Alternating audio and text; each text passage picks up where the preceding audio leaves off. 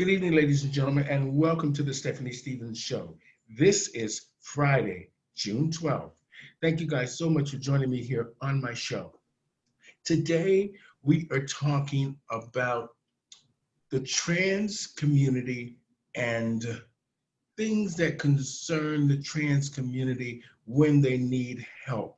So we actually asked a couple of the young ladies that work within many different communities to help bring awareness to certain issues that the trans community face every day.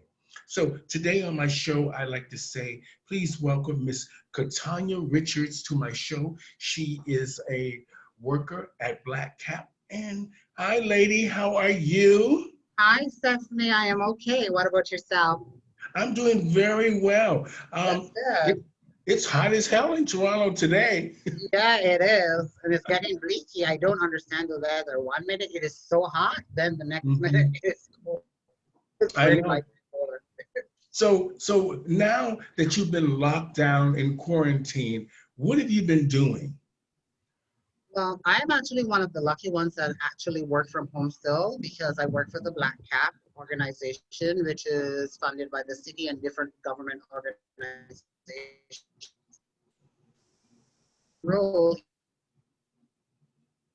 is the African Caribbean Adoption Fair. So my job is to work mostly with the Black trans girls who have mental issues, dealing with the pandemic, whole drop-ins, see where they're going with their life, what they need assistance with, the housing, finding them the right doctor to get them on the right medication, also going into the community and distributing harm reduction supplies to reduce the overdosage that we are seeing. Because since the lockdown, there has been a very vast amount of actually overdose usage and deaths. So that has Mhm.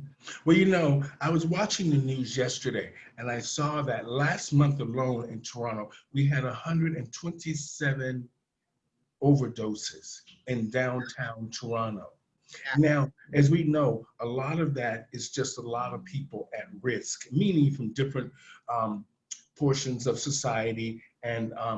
But for us, it seems to touch the gay community and the trans community the most.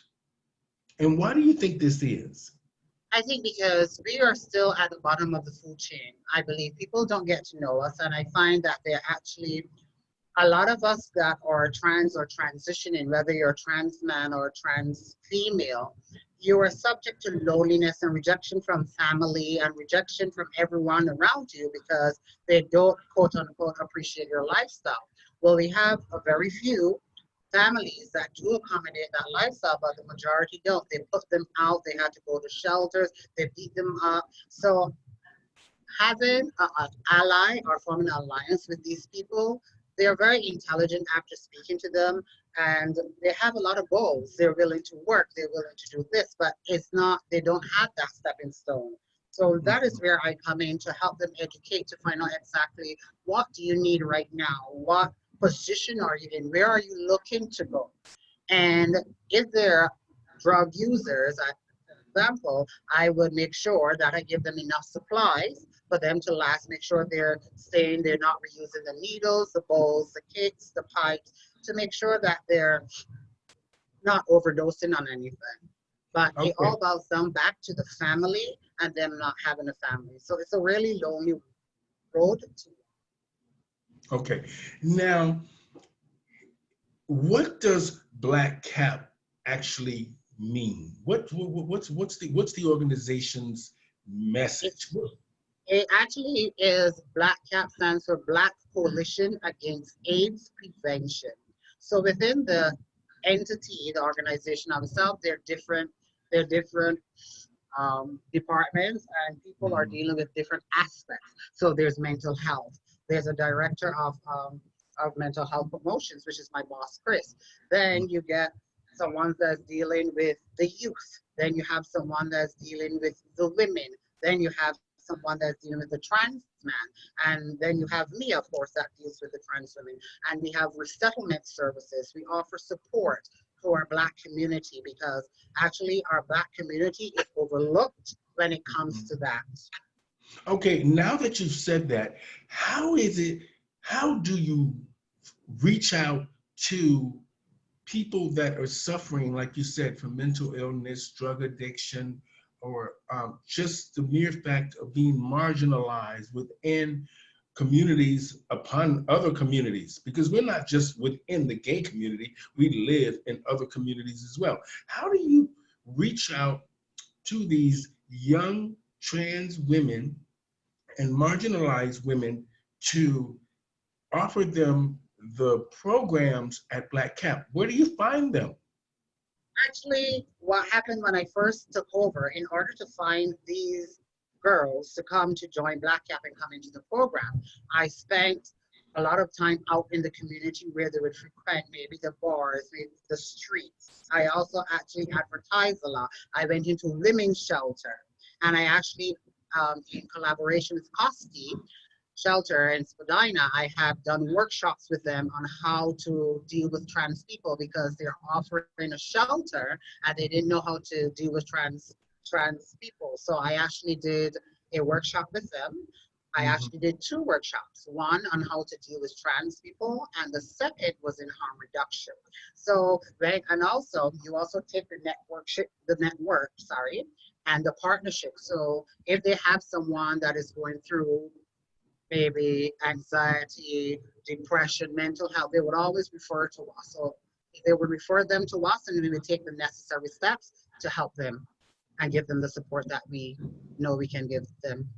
You know, this is wonderful. Like I say this in quite a few of my different conversations. It's wonderful that we actually have these programs and these platforms now to where we can actually talk to each other, see each other, and share great information, stuff that was kind of hard for us back in the day. Yes. Now, are you seeing any real success from your work? 100%. When I first started the group, we had a drop-in at the organization at Black Cap on Victoria Street, and I started the group with approximately 3 girls. Now I have approximately up to 25 girls. So I am actually in discussion with my boss, because my caseload has gone from here to there, right? So it's Okay. actually abroad. So we have seen an influx in numbers, especially when we're doing our monthly drop-in. We're seeing that numbers, because the girls now have something they can come onto, or they can talk to via virtual and face to face. And I would always schedule one-on-one sessions with them, stress relievers, how you're doing. Tell me and describe your day in a color right now. If they say red, why are you feeling red? Or describe yourself as a dish. I may feel like soup, or I may feel like a salad. Why are you doing that? And we still do group activities. So now with this pandemic, honestly, I know it's bad. The pandemic is bad, but it actually brought up more girls to seek more assistance and to get the help that they need. And plus, the girls in the group that are already in the group, they actually refer other girls and tell them about the group. And the group is called TITS, by the way, which stands Hmm. for Trans Information Toronto Sisters. Okay. So they would refer the girls and tell them, hey, we are part of this program, we have drop-ins, we have activities. And the girls will actually get in contact with me. And the other girls, they would refer them over to me as well. Hmm. You know, that is wonderful. I like the way you said that. It just was amazing because it showed that, like you said, the pandemic was bad in one way, but it worked in a positive way for a lot of marginalized people that wouldn't have been getting these services if it wasn't for this pandemic.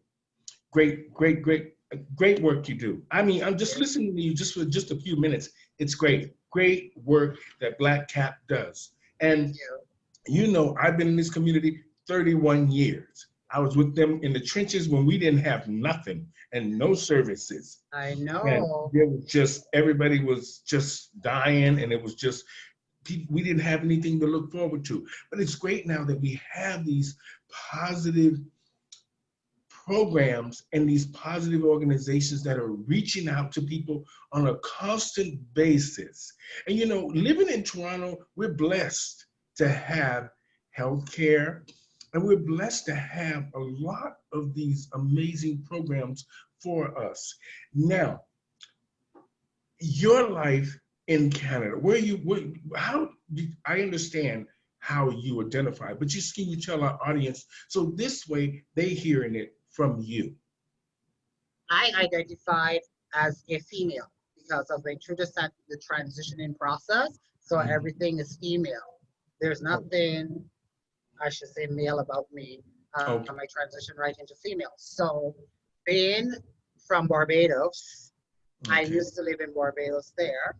And it can be hard living your life as a gay person or LGBTQ person within Mhm. Barbados because of society.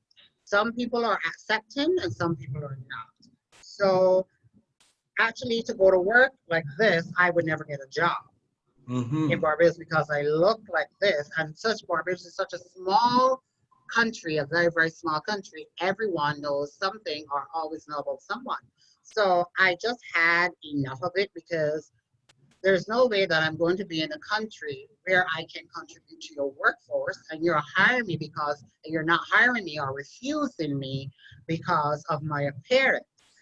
Mhm. So I just decided, okay, it's time to go migrate to Canada. Mhm.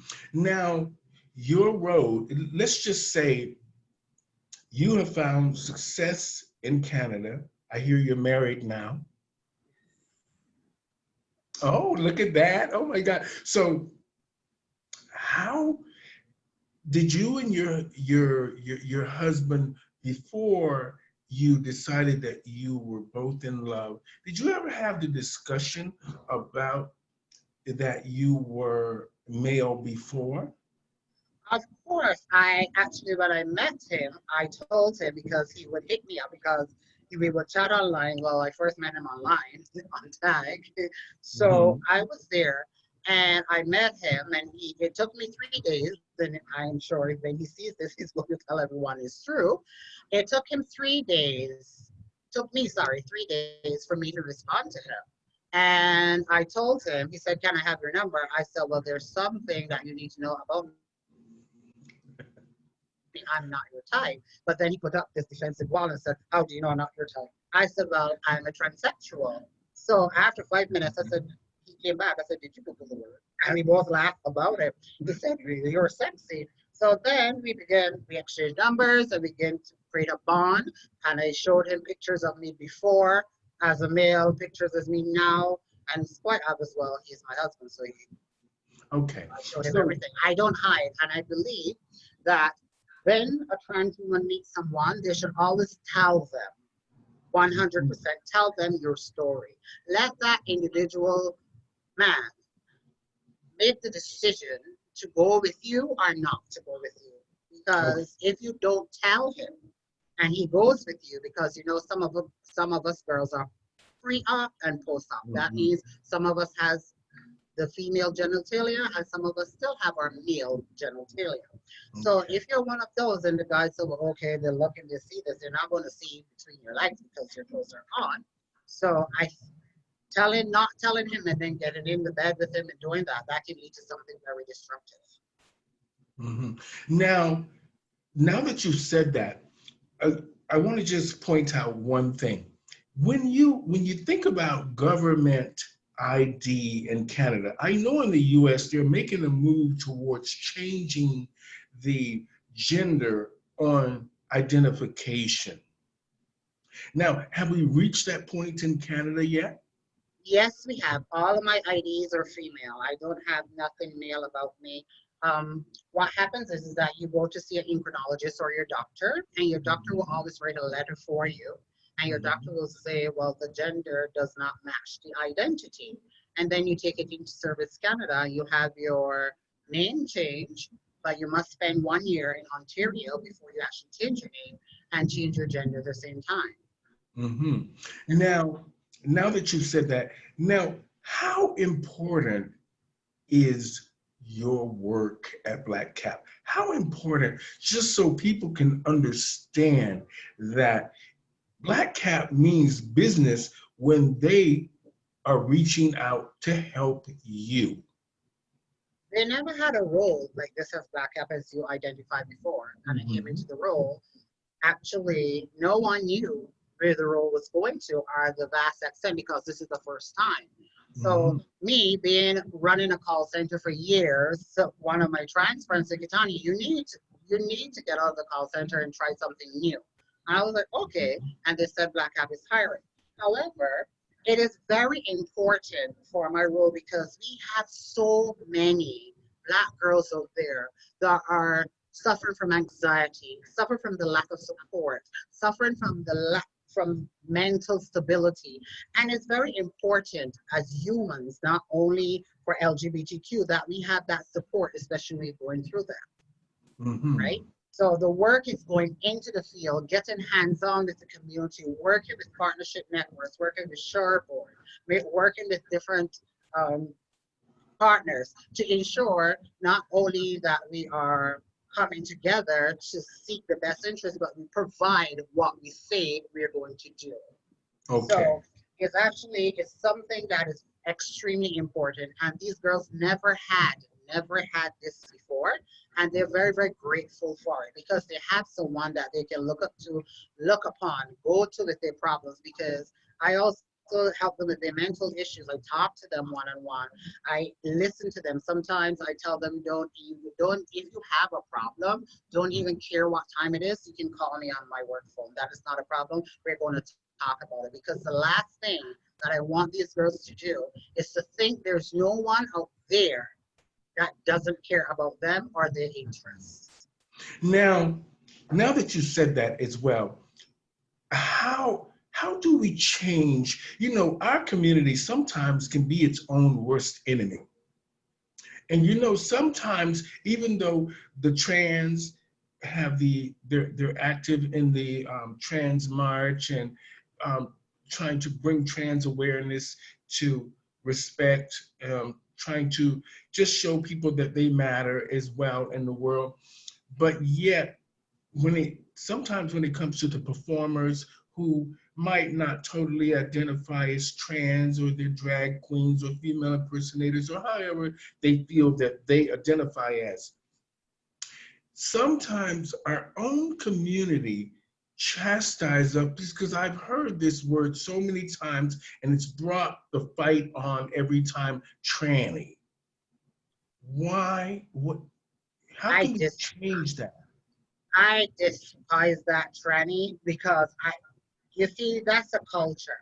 It's a habit that they adopt. So it's like the new fashion trends are coming down, like the Samsung S20 Ultra Plus. Everyone is going to want one of those. So they're so accustomed to calling it the Ultra, is that when they go back, is they're so accustomed to looking at every person as a transsexual, they call them tranny for short. Mm-hmm. And it will take a lot of work for them to actually change that word to reflect female or just transsexual. And it also have to do with the individual because if you're talking to me and you're going to refer me as a tranny, I said, okay, well, I don't feel comfortable for you calling me a tranny. So can you Mm-hmm. please refrain and stop from that? So it will take a lot of hard work and we have to have actually bring awareness to the person that's saying it to us Mm-hmm. in our face. So we have to let them know where we stand. It's like if Okay. they call us the wrong name, say for instance, somebody called me Katarina. That's not my name. My name is Kitanya. So Mm-hmm. you actually have to correct them. So it's still work in progress and we're currently working on that, but it will take some time to reach the place in which it needs to Okay. Now, just this is a sensitive question concerning religion and us being, you know, coming from most of us that are Christians or however else we celebrate religion under whatever it is. But in the Black community, it's mostly about Christianity. So, how is it that we see the Black churches reaching out to, like you said, the shelters and what they consider the normal society, but you never see them step in to take charge and help and focus on the LGBT two-spirit pronoun community, and mainly the trans community. It has been that way for many years, and I don't believe in it because there's no way that you are Christian and you are choosing to help a certain group of people, heterosexuals, people that are not gay, are not trans, are not non-binary. You cannot choose. It's either you're going to accept us all, or why are you there then? Because I am so tired of hearing people, and I know I may get dinged for this, but this is my personal opinion. I am so tired that from the time that people hear about, okay, you're trans or you are gay, they run for the Bible. Why? Are there any other educational resources that you can use to get your point across? But yet in the Bible, it says, no weapon formed against me shall prosper, but you run for a Bible. And at the end of the day, all of us have sinned and fall short of the glory of God. Because you're not going to come and tell me that God is going to put me in the pits of hell because of who I am and I am gay, but yet you had children out of wedlock, you wear mixed match clothing, you eat pork, all these things the Bible speak about. So I don't understand where you're coming from. It really baffled me for years and years and years and years. Because I had an experience in Barbados, whereas I was beginning to transition before I came, and the Jehovah's Witness would come to my house. And from the time they see me, they will say, men should not lie with men. And I'm like, what do you mean? And they would say, your lifestyle is wrong. I said, my lifestyle is wrong, but no offense to you, you're also in sin. Because look at you. You have on a denim skirt and a polyester blouse. Are those not mismatched fabrics? And they would actually close the Bible and run away. They don't want to hear me anymore. Well, I just wanted to say that because my parents were heavy Christians, but they never chastised me for just being me.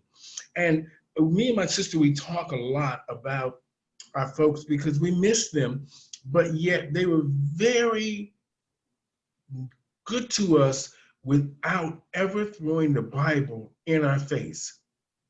I'm the baby, my sister's in the middle, my brother's the older, but they never, even though we all had three different lifestyles. My brother was sort of like you said, he was all over town with every kind of woman in the world and ended up marrying outside of his race, which at the time our parents thought, I don't want white people in my house, this and that, even though our neighbor was white. And then my sister ended up marrying her first husband, who she's married to today, that's white. And then there's me, the baby, the gay one, that all my relationships have been mostly European men. Now, what do you think, how do you think, do you really feel, do you think the LGBT community embraces the church? Do you think they go? Do you think they attend church? I don't think the vast majority attend church. I could be wrong because they're so afraid of rejection. And with all that is going on, I mean, you're rejected by your family, you're rejected by society. And now you go to the church where you thought that you were be accepted and loved because of what Christianity is all about. And then they reject you, and or the priest may get up and say, we don't want that kind of person in our church, and ask them to leave.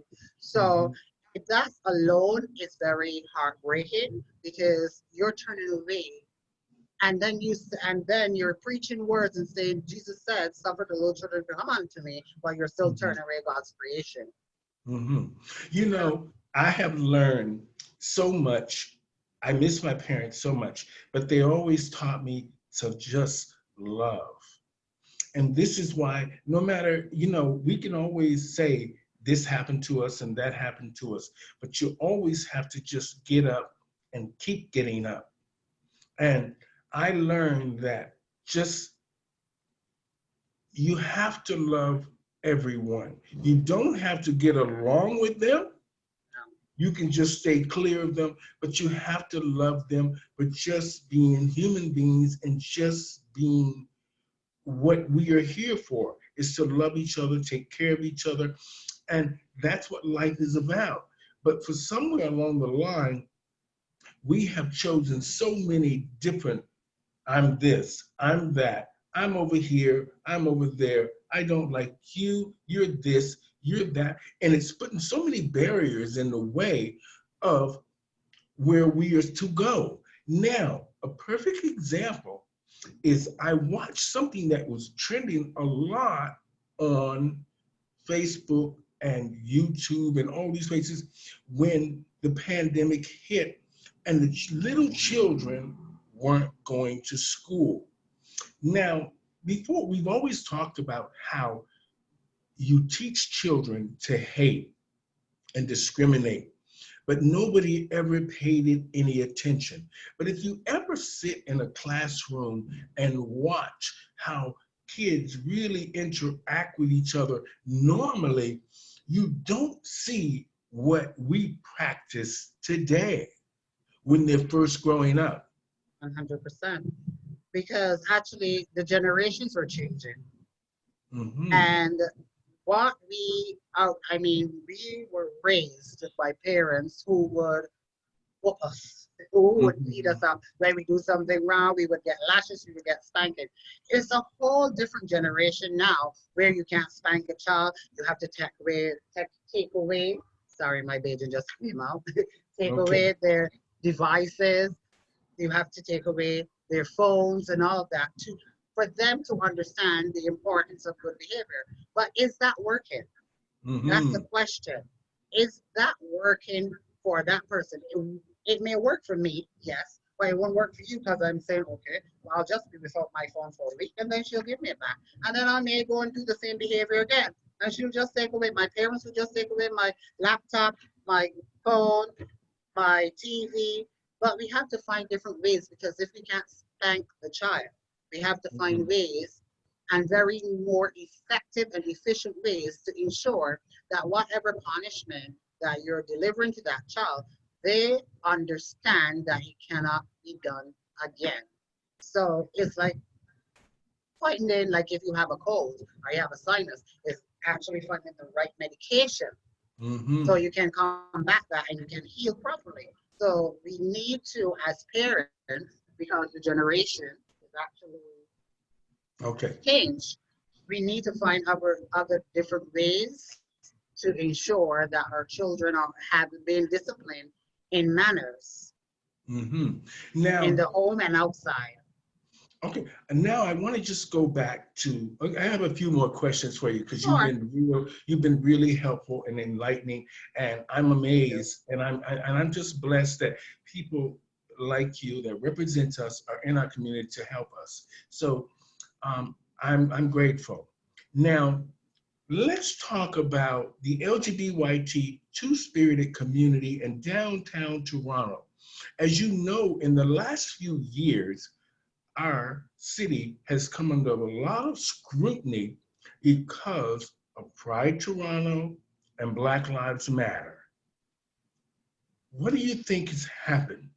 Where has the communication broken down that we are at a standstill with one of the most powerful celebrations that brought respect, money to the city, and gave us a real voice? I don't think that we should let it actually phase us. We should still continue doing what we're doing. Don't let anything, because with that move, that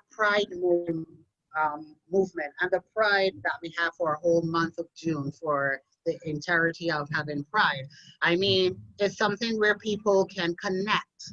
You will Mhm. find people, you will talk to people, you will share common stories, and you will find that you meet other brothers and sisters that are actually going through a lot and you can help them. And I mean, I believe it's only for the money, but do they really care if we have pride or not? Do they? Mhm. It's only to bring financial stability or to generate income because for pride people come out and they spend money, they do this and they do etc. So I Mhm. mean, does it really, really, really have an impact on government and society? Mhm. Because with all of a sudden now, everybody wants to do a pride. The straight wants to do a pride without gay pride. I mean, we're setting trends because they didn't want a pride until they see a gay pride, right? Mhm. Now, So I believe that. And for the Black Lives Matter, I refuse to partake in that because you cannot tell me that all lives matter when you turn around and beat up a black trans girl. You're telling me that only certain lives matter. And I mhm, think that as soon as we, as trans girls actually bond together, our voices, this mhm, nonsense will stop. Because you don't see our community going around, okay, you're straight, and beating you up. No, we don't do okay, that. So why are you going to do it to us? And then you're going to demonstrate, protest, take all your energy and take all your time and say Black Lives Matter. You turn around and beat up a trans girl, although she's black. So what are you telling me then? How are you expecting people to take you serious? okay. Now, just a couple of more questions. Now, since the pandemic, now it brought a lot of attention and it actually brought out a lot of awareness of what is actually happening within our community. Now, I noticed now that a lot of the bars will not be opening back up, and a lot of the performers, some of them trans, who relied on this income, what do you think they should do if they really, because a lot of them probably use the bars and the income as sort of a way of just trying to pay their bills, but yet using it to sort of slowly maybe transition and um, sort of, just try to live a normal life and contribute to their community with entertainment, but yet slowly maybe they identify as trans. But now that resource of that income will be gone. 100%. But I mean, if they're performers and they're being legitimate, they should be paying taxes There you go. on some part of it. But if they don't, we here at Black Cap here in Canada, what we do is how we will give out gift cards for the grocery stores. We have the IA project, and the IA project do grocery deliveries. Or if you don't have food, you can reach out to myself, or you can reach out to anyone at Black Cat and say, hey, well, I need a grocery delivery. And the groceries are actually from a Black grocery store. You get all your pork, your chicken, your pears, your sorrel, everything that you can think about. And it's not only one box because one box can feed a family of 5. Mhm. So if you're a big family, we will give you 2 boxes, 3 boxes. It all depends. I know we can't help you with your bills at the moment, Mhm. and but that will take some stress off of you because you will have food, you will have your Mhm. gift cards, and it so pains me that I saw the other day they're sending around for the first 50 persons, for the first 50 girls that actually sign up for this link, they get $200. But I mean, our community is big and the trans community is big. Why are you going to choose 50 girls? You Mhm. should have expanded that number to a more wider number. And then they send out one for the first 100. At least if they connect with us, they will know where the next meal is coming from. But they have rent to pay, Mhm. they have bills to pay. They may have a person that they need to take care of. So for me, what I would suggest them to do is if you can go on ODSP or OW to get some financial help until you get back on your foot, while you can still continue to do your shows online, people can watch and you advertise it. So that way you have a little bit of buffer that will help you through these hard economic times due to the pandemic. That's great advice. So for you ladies out there, just remember, Kitanya Richards is here to help you from Black Cap if you need food. Um, and she can also direct you to social services, which can help you with some financial income. Black Cap cannot help you with income, but they will help direct you to how you can get some support during this pandemic and during the rough times. Now, Katanya, I just want to say thank you. And thank you for all the hard You're work welcome. that you do. You know, I like I said, I've been in this community 31 years, and it's great to see us evolving and contributing and keeping it going. And for a long time there, I wanted to give up. But now that I'm looking at you, it gives me some hope that the work that was done in the trenches is now has rubbed off on the young people, and they're trying to do their part. They're trying to have a voice. And it's great to see that not just people in the community, it's good to see visible minorities, good to see people that I can relate to. And it's good to see people that look like me.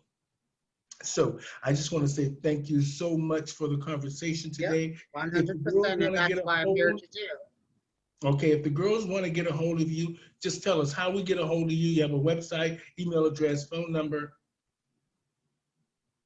Yes, my phone number, my work phone number is 647-206-9653. And if you want to reach me by email, it's going to be k.wiltshire, and Wiltshire is spelled WILTSHIRE. So that will be k.wiltshire@black-cat.com.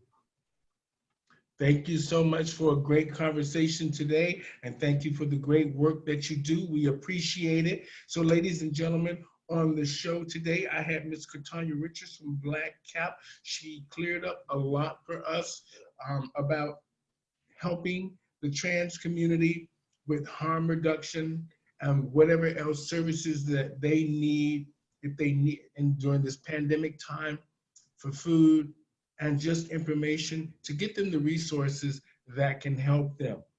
Until then, you guys stay safe. Thank you for joining me here on the Stephanie Stevens Show. And thank you so much for Thank you. being You're welcome. emotional and inspiring.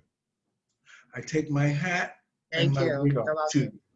Have a great day. Okay. Thank you. Thank you, hon. All right. Bye-bye. Bye-bye. Bye.